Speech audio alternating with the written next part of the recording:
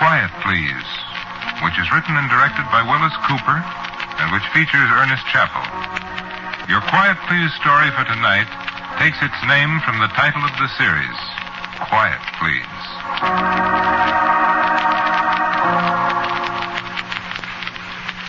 There are books left, many books, and I suppose I have read them all. I remember things, too. I remember a long white road between the shoulders of the hills and the distant clusters of the live oaks against the uplands beyond, and the wide, light blue of the sky. There was a wind that wandered the edges of the hills that brought the salt smell of the sea so that it mingled with the loamy scent of the grass and made a perfume that I have not smelt in so many years.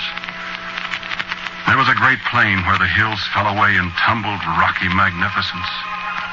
A plain all cut into green and brown and yellowing squares, and a little stream with bridges of stone that strolled its way across the wide plain and sparkled at last into the distant western ocean. There was life on the hills and on the plains. The field beasts that moved serenely through the pleasant grasses and rested at noon under the shadowed kindness of the green-gray oaks.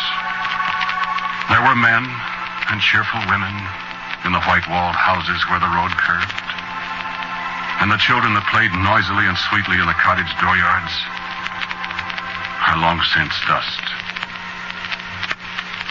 Shall I tell you of the graceful beaches where the sound of the surf was a measured, majestic melody we thought would never cease?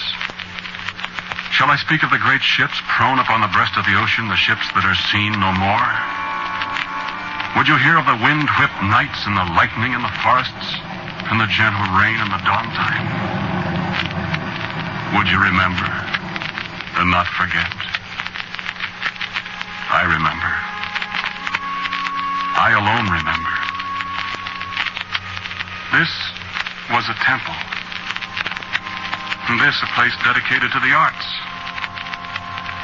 And there where the waves fed up on the beach, the shattered walls of stone we made remained to mock us. And there where the white road was is the desolation. The winds die down, and the sun wanes, and the moon is sickly. Yet I remember the lights on the hillsides and the stars above them wheeling their ancient way across the sky. There was a day when I could name them all. They seem very far away tonight. Antares and Betelgeuse and Aldebaran, Arcturus and Vega and Procyon. In these days, Orion, the mighty hunter, draws away from us, and the glory of Berenice's hair is dimmed in the heavens. I would welcome the sound of the thunder again on the horizon, but all the manifestations of nature are ended, and only the twilight of eternity remains above the bleakness. I would welcome the voice of a hungry wolf even this night, or the hiss of the serpents that once we hated, that once we trampled upon. I would welcome even the voice of old Krog and listen with delight and laugh happily to hear him tell again the schemes he dreamed that brought us to this end. It is true that men cannot live without wars amongst themselves. Why should not we be the ones to win the wars? Every man plots against every other, and men speak of honor and laws and fair fighting. But if a war is to be won, then do away with fairness and honor, and let us win and be the masters, and they the slaves. Yes, I could laugh to hear that voice, and to see those hard black eyes glitter again in the light of the little lamps. I could take old Krog and lift him up and say, look upon your work, old Krog, your work and mine and the work of all of those who could not live without wars.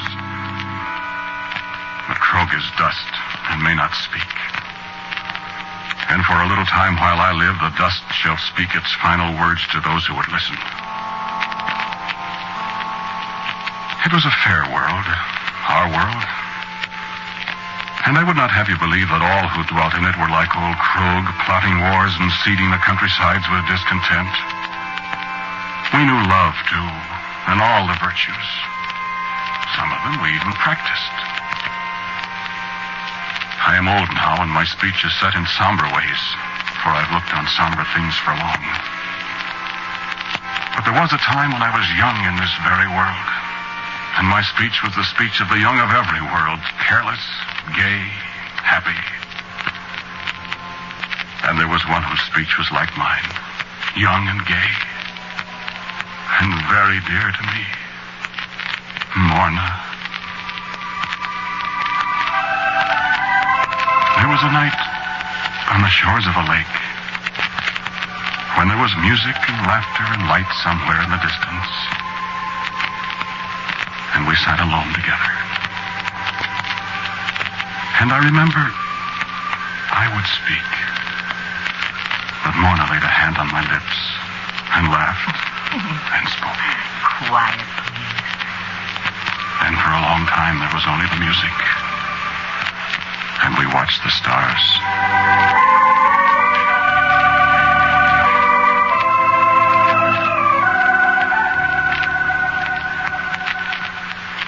Tor, you love me. Silly question. Do you? What do you think? Know what I think? What? I don't think you love me very much. You don't? If you love me, you'd kiss me. Well, lean over this way. Why, you conceited creature. You're the one that wanted to be kissed. Well, I don't anymore. All right. Just for that, you're going to get kissed. Come here. Oh, look out. You're mussing my hair. Quiet, please.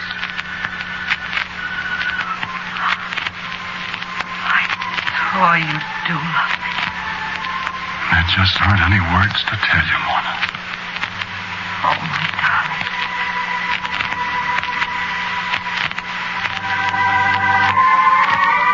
And the music began again. And we sat silently, and the stars moved above us. The stars are so beautiful tonight. They're not all stars. What? What are they then? Some of them are planets. Oh, Marty. Sure. Tor, do you suppose there are people on some of the other planets? Probably. Earth. That's the nearest one, isn't it? I think so. Do you suppose there are people there? I wouldn't know. People that look like us and have music and nights like this? Nobody on Earth could have a night like this. You sweet. No, I mean it, Tor. Do you suppose they have houses and automobiles and wonderful stores like ours and they have babies like we do and everything? And they're probably 80 feet tall and have 6 arms and 16 eyes. Oh, no, now, And Tor. someday they'll come roaring out of space at us in terrific big spaceships and disintegrator guns and death rays. And we'll say boo at them. And they'll all turn around and go right back where they came from. Maybe they will. And maybe they won't. What would we do if they invaded us from Earth, Tor? Fight? I hope we're not alive when it happens. Yeah, so do I. Or maybe they'd be nice. Don't kid yourself about that. I wonder what they call our world. Why, probably the same thing we do. Mars? Well, sure, why not? After all, it is Mars, isn't it?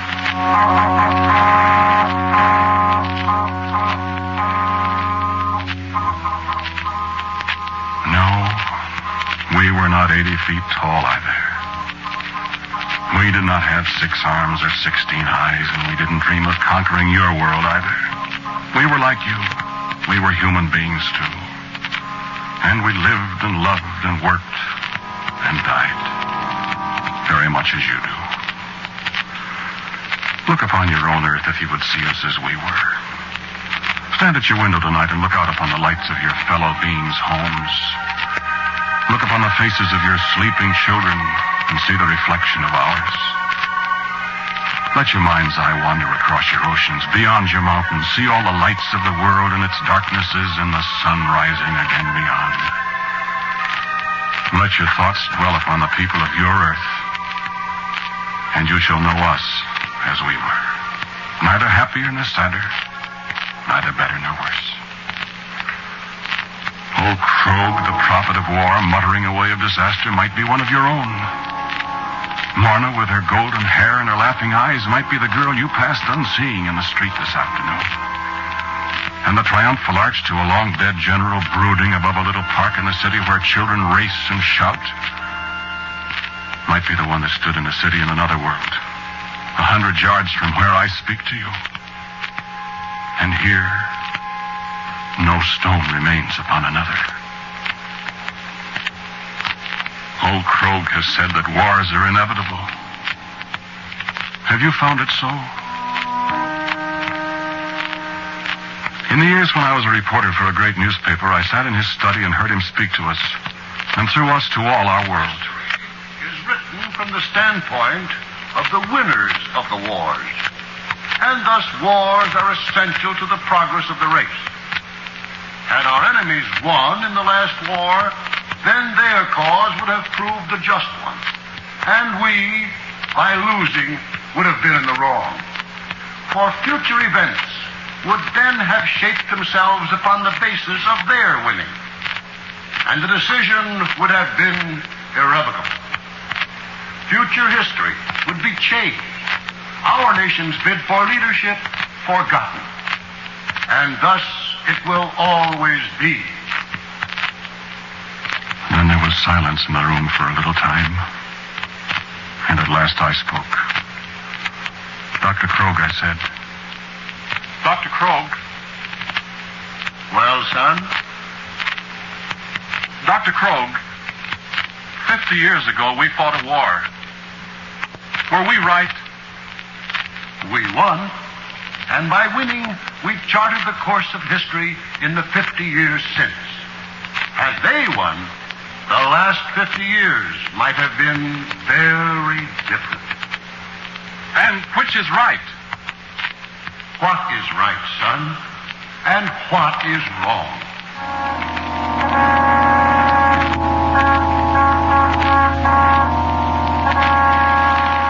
And then another war came against another nation, and the ones we had defeated before were alive with us. And old Krog made notes in a great black book that was one day to be published to all our world, but no man's eyes of his have seen it. But the sands are running out. Let me speak of the things that have perished. Our cities where people worked at 100 occupations, in the muddy brown slums of the cities and the great green parks. Go out tomorrow in your own city and set your feet upon the smooth concrete of the sidewalk. See the gleaming windows and marvel at the wonders within them that you men have created. Touch the garment of a passerby and joy to know that this too, this humble thing man has created. And know that I too have done these things. And that I have seen man destroy them. And that I helped. Do you know the good black smell of the mold of the earth in springtime? Will your heart leap at the first green shoots of the bounty that lies in that earth? Have you seen the lilies and heard the bells of your churches? The bells rang in my world once. The flowers bloomed and men laughed and sang and hated. We have run our course, the course we chose, back to the ineffable dust from which we sprang. There was another time when Morna and I had been married for many years, and the war that had raged across our world had at last flickered out and died. We sat long at table that night, silently, each of us dreaming of a world purged by fire and sword, and full again of the promise of peace and perhaps happiness. I'm glad you didn't have to go, Tom. I suppose I shouldn't say so.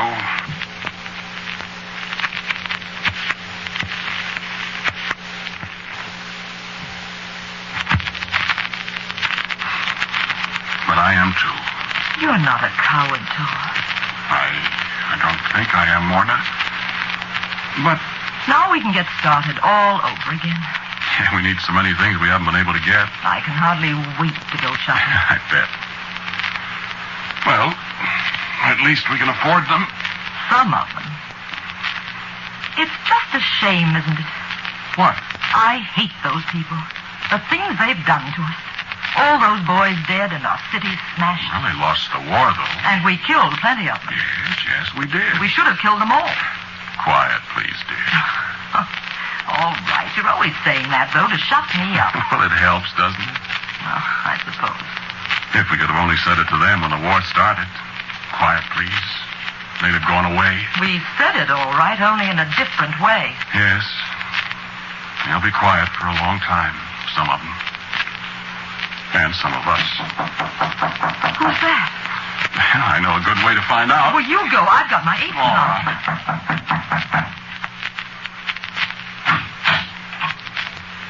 Well? Hello, Thor. Dale. Why, you... Dale, when did you get back? Just now. Who is it, Thor? It's... I'm Warner. I'm home. Dale. Oh, Dale, are you all right? Sure. Hey, don't break my rib. It's great to see you, boy. Oh, it's what... Oh, excuse me. Well, I wondered when you were going to pay attention. Well, I was so glad to see you. I'm sorry. Well, who... I want you to meet my wife.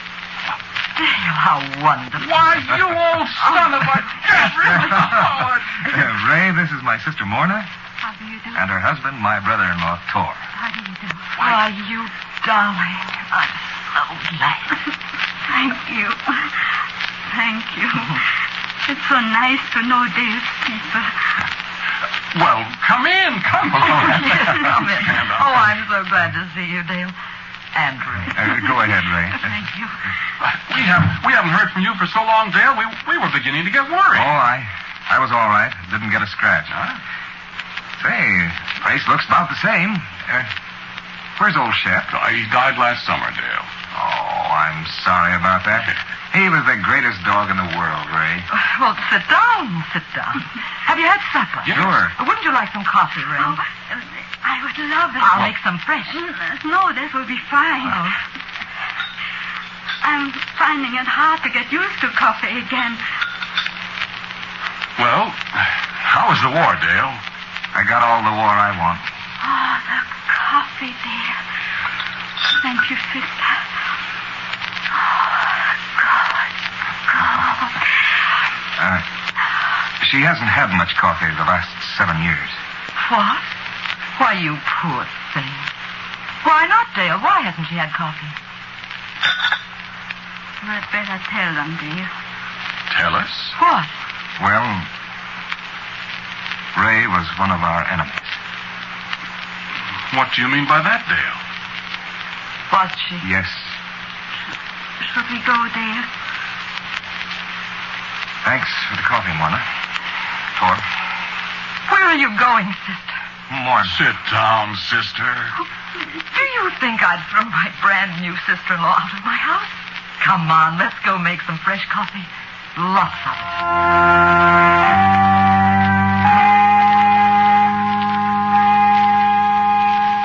And in the early hours of the morning, I was awakened by Morna's sobbing.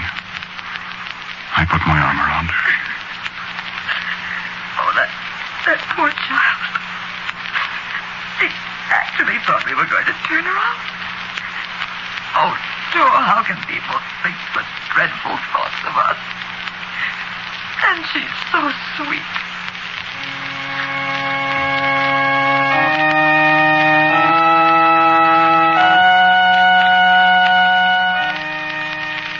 No, I have never solved the problem either. Why people can love individually and hate collectively.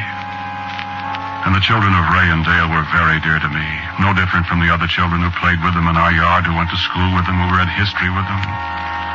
I suppose it's only strangers we hate, for Ray was a daughter of the nation we had fought bitterly with. And yet when our friends became acquainted with her, they too grew to love her. And some of those who wept most bitterly at her funeral were the ones who at first had pointed her out as the enemy woman. Well, Krogh said wars are inevitable. Perhaps they are. There has never been a year in all the 1,000 centuries of our recorded history when there has not been a war in some part of our planet.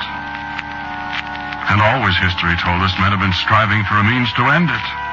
A war to end war, they said. A war to end war. They achieved it. They ended everything.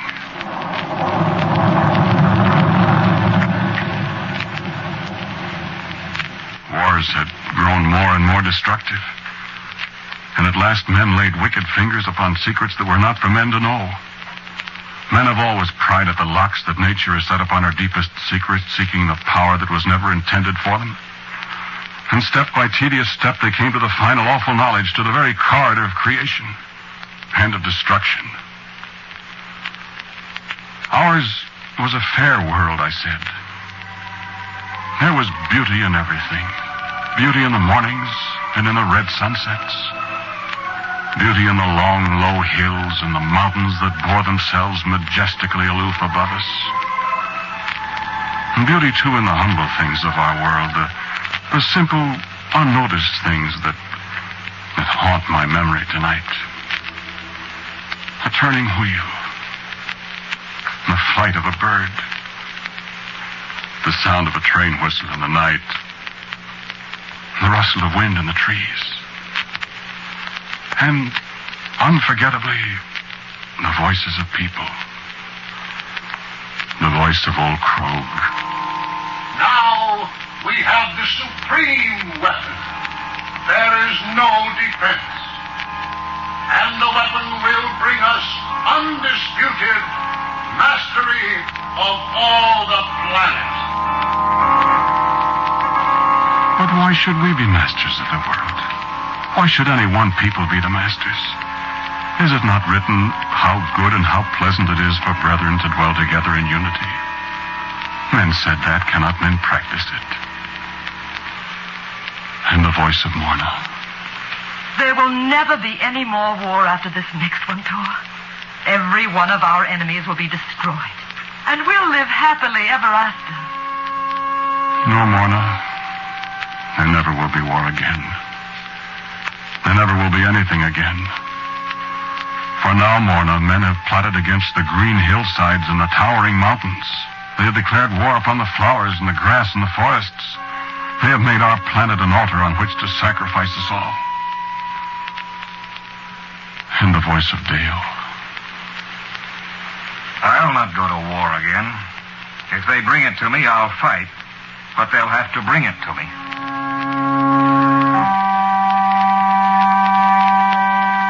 They brought it to you, Dale.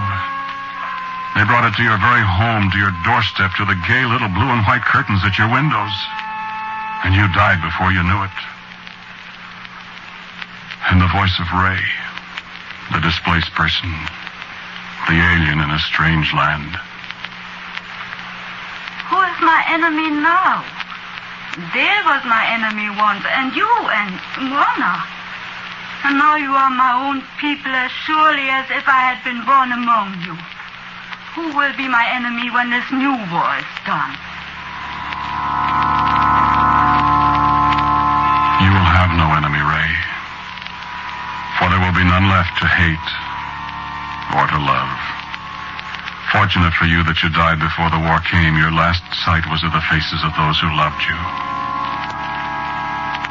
And my own voice speaking to you at long last. Remembering the thoughts we had of you, of towering 80-foot giants swarming down upon us out of the cold black reaches of space, seeking to prey upon us and conquer us and at last destroy us. Did you have thoughts of us as demons, too? Did you think because we were another world, we must be monsters ravening for your blood? We were not. We were people like you.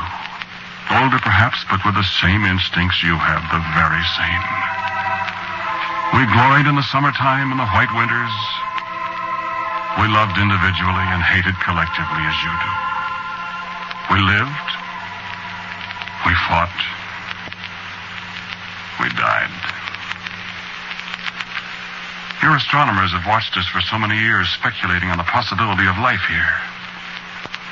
Well, there was life. Great cities, wide, peaceful farms, tall dams holding back the might of great rivers, great deserts flowering in the spring with all the dazzling lavishness that can be packed into a brief span of life. We had rivers and oceans and lakes, forests and deep valleys, great monuments to our dead, giant buildings to house our living. We had music and books and great schools and statesmen. Your astronomers tell you of the canals that cover our planet. I saw those canals created. I saw the solid earth splash and boil beneath me. I saw the mountains melt into rivers of molten fiery stone. I saw the great tawny mushrooms of cloud erupt from the floor of the ocean. And I smelt destruction near at hand. Yes, there will be no more wars on our planet. There is only silence and cold and dust that was once a people and a civilization. There is only one man, I, Thor, the last man of Mars, to say the last words.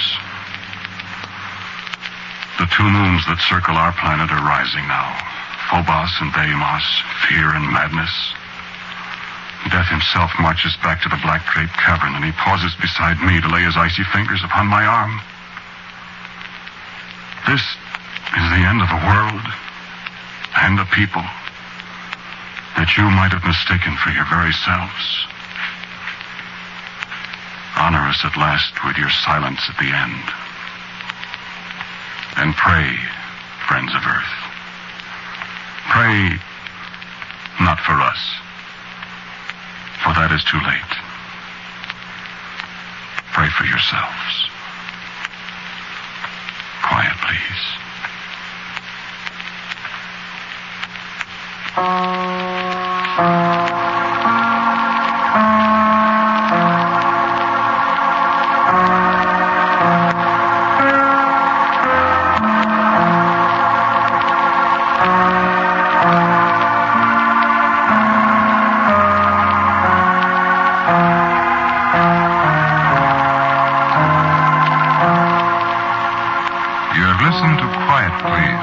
Which is written and directed by Willis Cooper.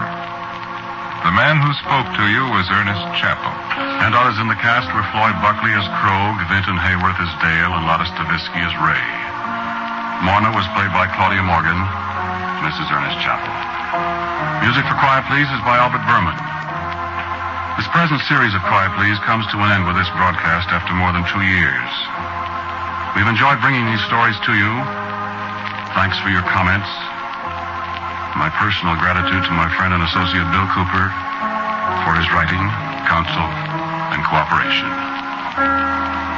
Here he is, Bill Cooper. Thank you for listening to Quiet Please. Thank you, Chappie. Thank you, Bill McClintock. Thank you, Bert Berman. Thank you, Bob Doherty. And thank you, all you people. I hope we'll meet again sometime.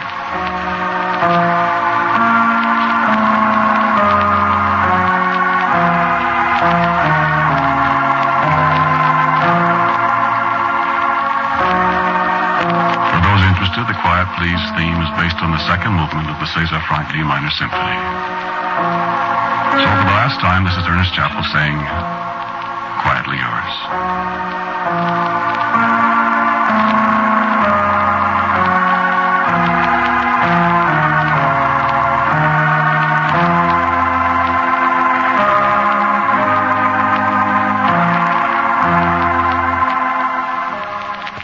This is ABC, the American Broadcasting Company.